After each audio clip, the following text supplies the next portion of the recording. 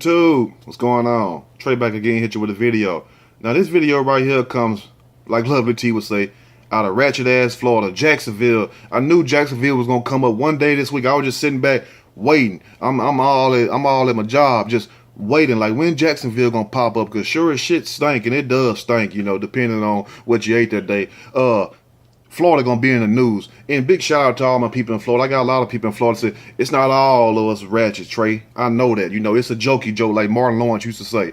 But at the same time, y'all name do be in the news a hell of a lot. Texas right behind y'all. And Baltimore, y'all are too. Y'all coming right back up there. New Jersey, y'all off the chain right now. But anyway, we have 3 people killed in a house fire, and 2 of them were shot. You have a mom and a dad and a daughter. The parents were shot, burnt up, and the child, they saying allegedly died of smoke inhalation. Now, what can make somebody want to target a guy, a mom, and a child? You know, was it over drugs? Was it over jealousy? Was it over ex-boyfriend, ex-girlfriend? Because for somebody to go that extra step, it seemed to me like a robbery that was gone bad, and the guy must have knew the people, you know, because I'm not saying necessarily that he had to sell drugs. He could have just been working and handling his business. But at the same time, you have people looking at you. That's what people don't understand. And I'm going to share a little story, a little personal story of experience kind of like this. Not that I went through, but one of my experiences, one of my guy looked at just like a brother, really was a brother to me. He wasn't blood related, but he was blood related in the heart, if you know what I mean right there. And what happened to him and his wife and his child also, because his story kind of similar to this, even though they house didn't catch on fire. But I will get to that later on in the video. But I'm going to read a snippet from this story and I will give my opinion surely as we go. Now, family prepares to bury man, woman, child found murder. 3 bodies burned Christmas. 3 bodies, a burned Christmas tree discovered inside the home. Police say, how in the hell did the damn Christmas tree succumb to the flames too? Now, whoever set this fire right here tried to cover up the fact that they killed these people. I guess they was thinking, well, if you shoot somebody in the head and you set the body on fire, you still won't see no bullet entering inside their skull. Yes, you will, you damn dummy. Don't do no good setting the damn house on fire then, you fool. Now, Jacksonville, Florida. The loved ones of a mom, father, and infant discovered in a burnt-out Woodland Acres home Tuesday are preparing to bury the 3. Police confirmed Thursday that the couple and baby were killed, and they are investigating the case as a triple homicide. They have no suspects so far.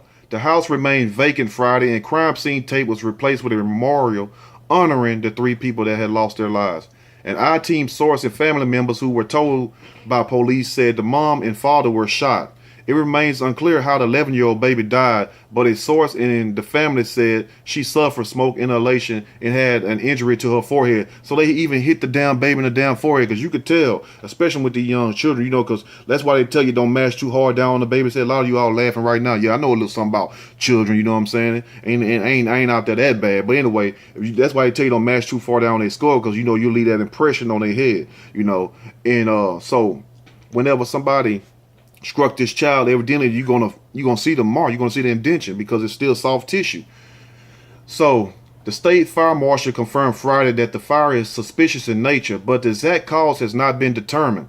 The fire marshal said samples were taken to help investigators identify possible accelerants used. Now, we know that this is a homicide right here, so to me the fire marshal should be trying to see what was the possible way of entry in this house and what did the fire exactly get set at. That way you could have pretty much a choreographed scene of what kind of took place. Like what did the suspects go in first, and where did the fire start at? Because that's what they want to know. Was it by a wall outlet? Was it by if they had a gas heater or something like that? That's what they really want to see. And you would pretty much know, was it forced entry? Was the door kicked in? You know, because evidently the whole house wasn't burned completely down. Was there footprint marks on the door, indentions? How did they get in there and set the fire? Now, firefighters answering a call about 8:30 p.m. Tuesday at a home on India Avenue near Arlington Expressway learned a Christmas tree had caught fire. Homicide detectives were notified after firefighters discovered the 3 bodies inside the home. Police identified the woman as 19-year-old Ariane Johnson, the man as her fiance, 20-year-old Quasean Trotter, and the child as the couple's daughter, Ariella. Now, Sergeant David Smith previously said investigators suspected foul play but noted there were no signs of forced entry. Huh. He added that the soot made it difficult to look around inside. Huh. I mean, hell, didn't you look inside the damn World Trade when it collapsed? And that was a big ass skyscraper that fell all the way down. And y'all were down there still trying to find stuff then. I don't understand it. How can they use stuff in certain situations but not use it in different situations? You know, that's common sense. If you can go in buildings and you can find all kinds of stuff that have, what he's saying, he said the soot made it difficult to look around inside. So how do you go in these big ass apartment buildings when they catch on fire and find out the cause of the flames then? You know, I don't understand that right there. Like they got their picks and chooses. Now, police confirmed Thursday morning that the three were murdered. No duh. The whole world just crashed on us at 10 o'clock. That they are treating this as a triple homicide made it worse. Mario Peterson, Johnson's grandfather, told News 4 Jax. This is the worst moment in my life because I love my granddaughter and my great grandbaby. And just 2 weeks ago, I held them both in my arms. That's why I say when you whether your grandkids or your kids or not, you never know when it's your last time. And you know what I'm saying? Like Kool in the Gang used to say. And true enough, I'm not that old. My mom used to love that song. When I be quoting old stuff, it's because of stuff I heard from my parents and, you know, grandparents and friends and uncles and whatnot. Like Kool in the Gang said, you got to cherish the love. You know what I'm saying? You better cherish the love. And some of y'all gonna go look at that song up right now and go Google it. It's a good song. You know what it mean. But anyway, Katrina Peterson, Johnson's grandmother, added, she was a very beautiful young lady. Sweet. I'm going to miss her so much. Mario Peterson said the family is asking for political help to get Johnson's father, who was in prison in the Florida Panhandle, brought to Jacksonville to attend the funeral. Now, I've recently been in touch with Congressman Al Lawson's office, and they have agreed to assist me on a lot of situations, Mario Peterson said. Lawson's office released the following statement. I was deeply troubled to learn of the tragic event that took place on December the 12th that took the lives of Ariane Johnson, Quasean Latrell Trotter, and their 11-month-old daughter, Arietta Trotter. My heart goes out to the families and friends of the Johnsons and Trotter families. Know that I am praying for your peace during this most difficult time. I have every hope that JSO is working diligently to bring those responsible to justice. I and my office are actively working with the family to the extent that we can be helpful. Mario Peterson said his family is torn and many loved ones have spent every night crying since they learned of the deaths. Trotter's sister told News 4 Jax her brother was the type of person whose energy would light up a room. Houses are closed and there's no way nobody saw or heard nothing. There's no way, Trotter said. Somebody needs to start talking because of the babies, and if that was your child, which is very understandable. Put yourself in the place of these people. What if that was your child? Now, Jacksonville homicide detectives and a fire marshal are conducting separate investigations inside the India Avenue home. Outside, family members held a vigil Thursday evening, and they were basically sitting around praying and just mourning the loss of their loved ones. And I will leave a link to that video also where you all can see that. I tried to include it, but it was some kind of way I couldn't include it. But the story I was going to tell is this story right here, and I'm going to make it long and short. But I had a guy, I'm not going to say his name because certain people might know him, but he basically grew up around some people. He's like, how old was he older than me? He was, let me see, I want to get the age right. He was like 8 years older than me, but I looked up to him as a big brother. There's not too many people I look up to, and especially when I was younger. But I looked up to him like a big brother, treated me good and everything. And he used to fix cars and stuff, do tents and stuff, tint your windows, put sound systems in there. That's how I learned how to do tint in my own sound system, which I, put in my cars when I got them, because that's how I am. I look at people and I can watch somebody do something and I can imitate it, mimic it. And I go back and I can do it. Same thing, cutting hair or anything else. If I see you do it, I can do it. So that's how I learned a lot of my stuff, from people like him, guys that was a little older and that was really about something. So now this guy was a good guy, never messed over nobody. I never seen him had a fight. He never even had a fight. He was just friends with everybody, a big loving guy. He kind of like Chubb Rock, Chubb Rock mixed with Big Bub for whoever remember the Big Bub, the R&B singer, and Chubb Rock, the ones that treat him right. Kind of like those two guys put together, like a big old guy. But he wasn't fat. He was like solid built. And he was a married man and everything. and he married a woman. I'm not gonna say her name also, but she was 2 years younger than him. Had a good life. She was a nurse, and he was owning a business also, and also doing his tent stuff on the side. And so he had a big business going on. They had a daughter. The daughter was like 4 years old. I think 4 or 6. I think I want to say 6 years old. She was 6 years old when this happened. So he had people he grew up with, and everybody knew his family because his family, his dad owned a business. On matter of fact, owned businesses, owned houses, and everything.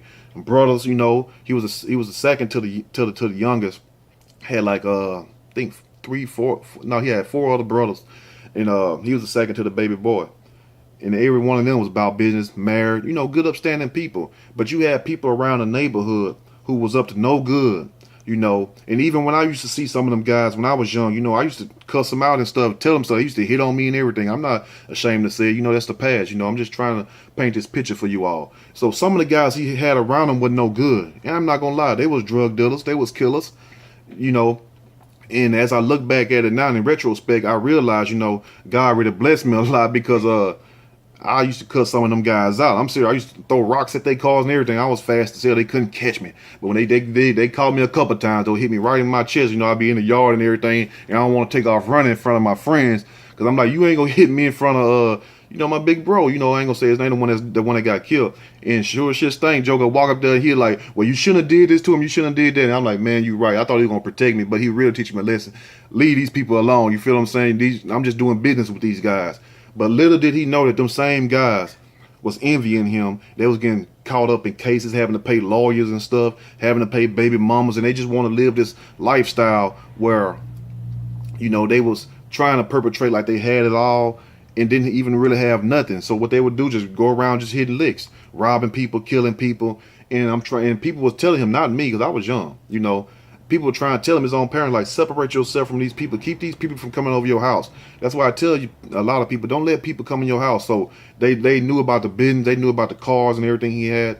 But when he messed up, he let people come in his house. And when they came in his house, they mapped it out, just like, I guess, trying to rob a bank or something. Before most bank robbers rob a bank, they go in there and case it out. So I guess they cased the house out and everything else and seen it with nobody else in there, So I guess the 2 guys that did it, they caught one of the guys, and one of the other guys, he wound up going to prison for life or something. That's karma for you. He wound up going to prison for life, and the other guy wound up getting gunned down 3 weeks later after that happened. I don't know how that happened right there.